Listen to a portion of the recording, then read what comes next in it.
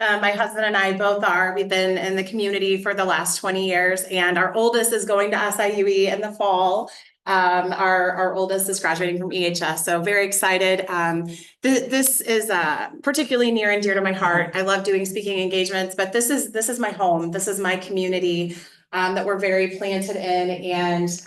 And like Monica said, I've had the pleasure of getting to meet her through Metro Community Church, where we're both members, and to partner with her at the YMCA. So I wanted to talk to you a little bit about the non-for-profit I work for, what we do and how we serve the community, and how we might be able to partner with you all, and just bring some awareness to what we do, and and continue to serve well.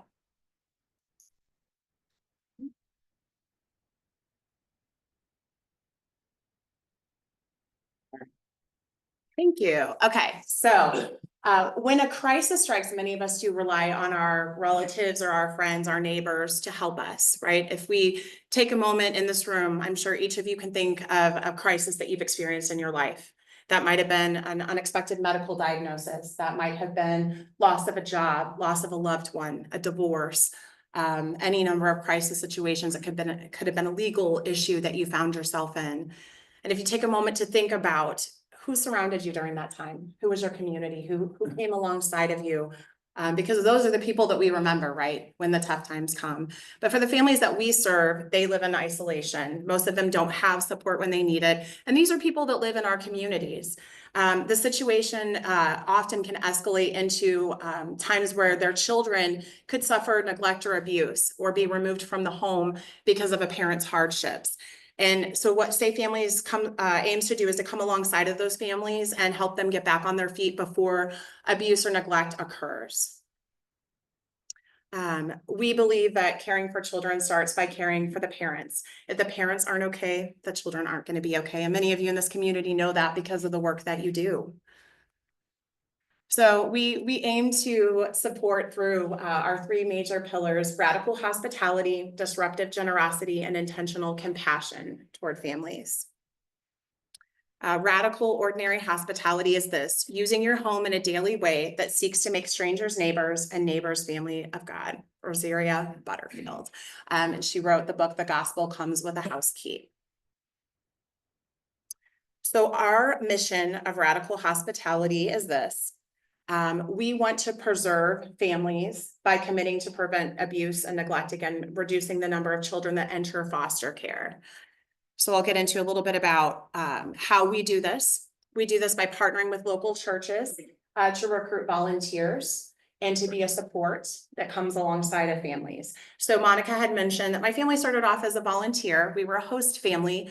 And what that meant is that we went through background checks, training, mandated reported training. And then we had a home assessment where a worker came in and made sure that my home was a safe environment for others' kids to be in. When a parent will call and need some support, we had the option, my husband and I did, to step up and say, hey, we will keep your child or children with us for an agreed upon period of time while you work on that goal to get back up on your feet. Again, volunteers are how we support families. That is a very important tenet for us, because so often parents can feel distrustful if they feel that it's a transaction that's going on.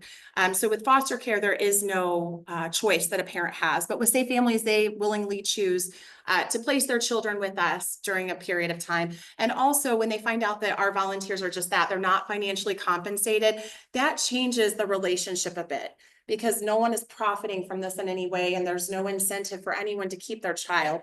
It also gives us an opportunity for many of us to talk about our faith and why we choose to do what we do with a spirit of generosity, and that we believe that families are worth it, and that most parents who want to parent their children, they just need a leg up. They're not bad people. They've fallen on hard times.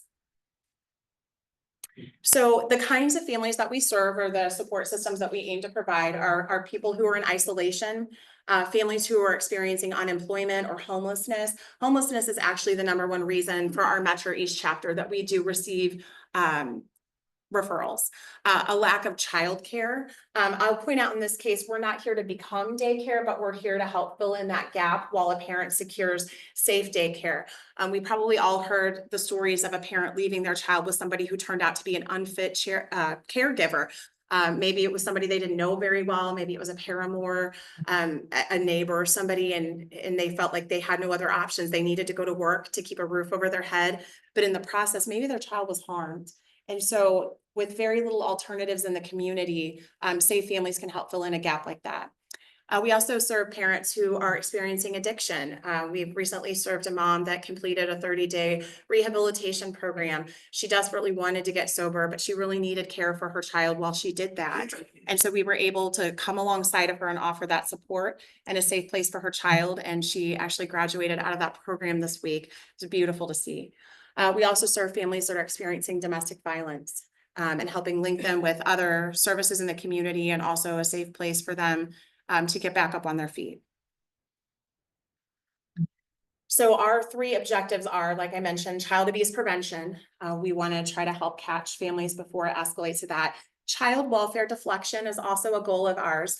We do provide a safe alternative to child welfare custody, and we work closely with DCFS in the state of Illinois when appropriate to create safety plans where DCFS really doesn't want to remove a child. For example, if a family is staying in their car, DCFS doesn't necessarily want to take that child away from the parents, but they can't have a child sleeping in a car. That's not safe. And so they may call upon Safe Families to see if we can put together a safety plan while they come up with a safe housing alternative, if that's transitional housing or a motel until they're able to get into permanent housing. We also just look to, provide family support and stabilization. It just can't be overstated how many people in our communities are lonely. They're isolated. The Surgeon General came out recently and said that social isolation is an epidemic in this country. And it really is. If you don't have anybody to turn to in tough times, desperate people make really tough decisions that are sometimes not the best in the long run because they just simply lack better options.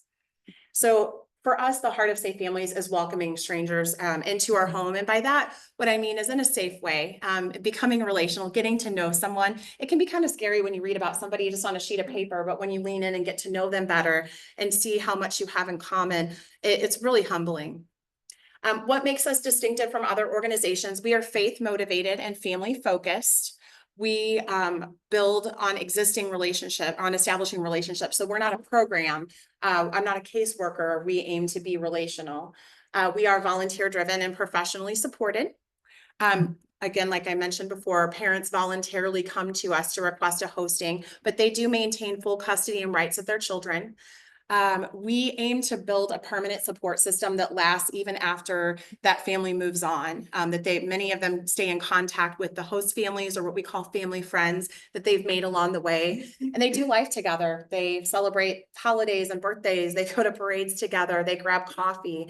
It's really beautiful to get to see those relationships emerge. I know it's kind of hard to read at the bottom, but 96% of our cases are reunified with parents.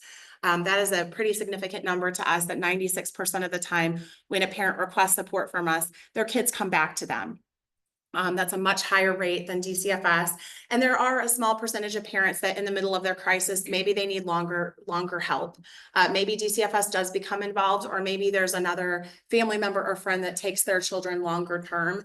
And so that may account for that 4%. We believe everybody can do something. I mentioned that my husband and I are a host family, but we know hosting isn't for everyone. We also have what we call family friends, which are just what it sounds like. We have individuals that kind of come alongside of a family and offer support. We also have resource friends that I'll talk a little bit about, and family coaches, which is what Amy and I do. But we believe that with our unique model, we have the church and the community and kind of that triangle formation with Safe Families, that it takes all 3. So Safe Families doesn't aim to do this alone. We aim to do this in community. So with our circle of support, we have the family in need in the middle and the host family. We have a family coach, like I mentioned. We may have resource friends, somebody that's willing to drop off some diapers or a meal. We may have a family friend, for example, somebody that's a volunteer who's been fully vetted, willing to babysit for that host family during that hosting. If it's a month-long hosting, they might need some support. We have Safe Families Church. So we have churches that have specifically partnered with us and have ministry leads. So somebody who's a member of that church is also a liaison of Safe Families to help offer support and prayer and check in on that family. And then we have the family coach, and our role as family coaches is to be meeting with the placing parent, making sure that whatever goals they identified, they're working on, and that they get referrals to other agencies, and that they have access to their child, that communication is going well. And then we also do home visits on the host family to take a look in and see, how is the child adjusting? How is the host family? How are your own kids doing with this situation? What needs do you have? How can we be a support? And I just kind of went through some of that, but our hostings can average 6 weeks is the average, but they can range for as little as a couple of days to up to a year. It really just depends on the goals of the parent and what's a reasonable amount of time for them to achieve that. Again, family friends could be mentors, providing transportation, babysitting, things like that. We have resource friends that have dropped off groceries, or maybe they give a gas card to a parent to be able to make it to some job interviews, and then the family coach walks alongside. Again, it's important to us that we're connecting, whether it's a church or an organization, to the vulnerable children and families so that we can neighbor our neighbors. It works best when neighbors are serving one another. So next steps, what might we ask of you? First of all, we know many of you in this community have connections with your own church or your own business. I would love to speak with you more if you would like more information or would like to schedule a speaker to come and learn what that means. We'd also love volunteers. Many hands really do make light work. And when we have a more robust roster of host families, family friends, and resource friends, we're able to mobilize quicker and do more. And finally, we are always looking to provide, financial partnership with others. We are a non-for-profit, and we have local businesses that give monthly or give yearly or consider us in their giving. We currently are looking to raise about $27,000 for the rest of our fiscal year, which ends at the end of June. So if you or anyone that you know might be interested in supporting us financially, we would also love to have that conversation. And then I'm going to end on this quote: "The problem with our world is that we draw the circle of family too small." Mother Teresa. Thank you very much for being an attentive audience. Do you have any questions? Yes. Who does the vetting for the host families for you guys? We have paid staff that do the vetting. We do fingerprinting through DCFS. So we do require a background check for our host families and our family friends. And then we do offer in-house training about what Safe Families is. And then the mandated reporter training is also offered online. And then the home assessments for families that choose to host are done by staff. So staff such as Amy or myself, or we have a colleague, Afton, that's not here today. So it would be one of us. And it's a great way to start the relationship. And then since we would be the ones doing the home visits, it just helps us to get to know you and your kids, your pets, kind of, where might we have a child with safe sleeping arrangements, things like that. Yes. Most of your referrals come from DCFS, or where else they come from? Sure. A lot come from DCFS. We have hospitals, we have schools, homeless shelters. People can make self-referrals. Those are kind of the big ones. Different social service agencies, like food pantries, for example, places like that, that do mental health, community mental health treatment centers, substance abuse treatment centers. Yeah, great question. When you're a host family, you don't want to remove the kid from their normal classroom, so do you have to just agree to take them to where that may be? That's a great question. Some of it depends on what the circumstance is. So if the child is homeless, we try to work with the parent to determine what makes the best sense. If it's going to be a longer term hosting situation where they might be with a host family for a couple of months, if they're not well established in a school district, we may ask the parent if under the McKinney-Vento Federal Homeless Act, we can set up services. And we've actually had that successfully happen with the Edwardsville School District. I see Dr. Shelton's nodding his head. We've been so appreciative of that, where we could even sometimes we set up transportation so that the child can stay in their home school, but then transportation comes to the host home and delivers them to a different district. In some cases, if it makes better sense based on the case, we may enroll them in the local school district of the host family. But yes, it's absolutely a priority of ours, and we make it very clear to the parents that we don't want education disrupted. And we will work to do whatever makes the most sense in that case. If the family isn't homeless, then we don't really have that same option. But we will talk about, you know, kind of long-term, either placing a child in a home that's in the same school district, that's ideal, right? Or sometimes we'll have a family friend assigned where we'll be able to have one volunteer help provide some transportation, because that host family might not be able to make the drive back and forth daily. But great question. Yeah. Talk about host families and checking the parents and their children. Mhm. Prefer families with children to host, or most of this? You know what, it really does take all time. Or all kinds. We have retirees that are empty nesters, which can be good for some situations with children that might be older, or it just depends on the life circumstance.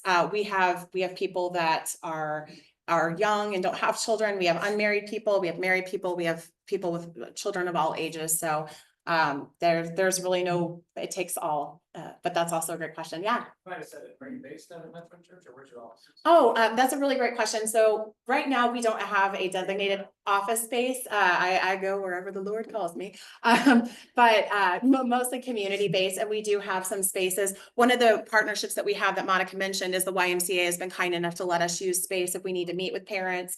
They've also extended an offer to our host families when they have kids in hosting. They will allow them to basically have a free membership so that they have something fun to do with the kids. Or I think last year we had a family that enrolled kiddos in some camps at reduced rates so that they had that. But yes, we cover Madison, St. Clair, Jersey, and Monroe counties in this area, but we're all over the state.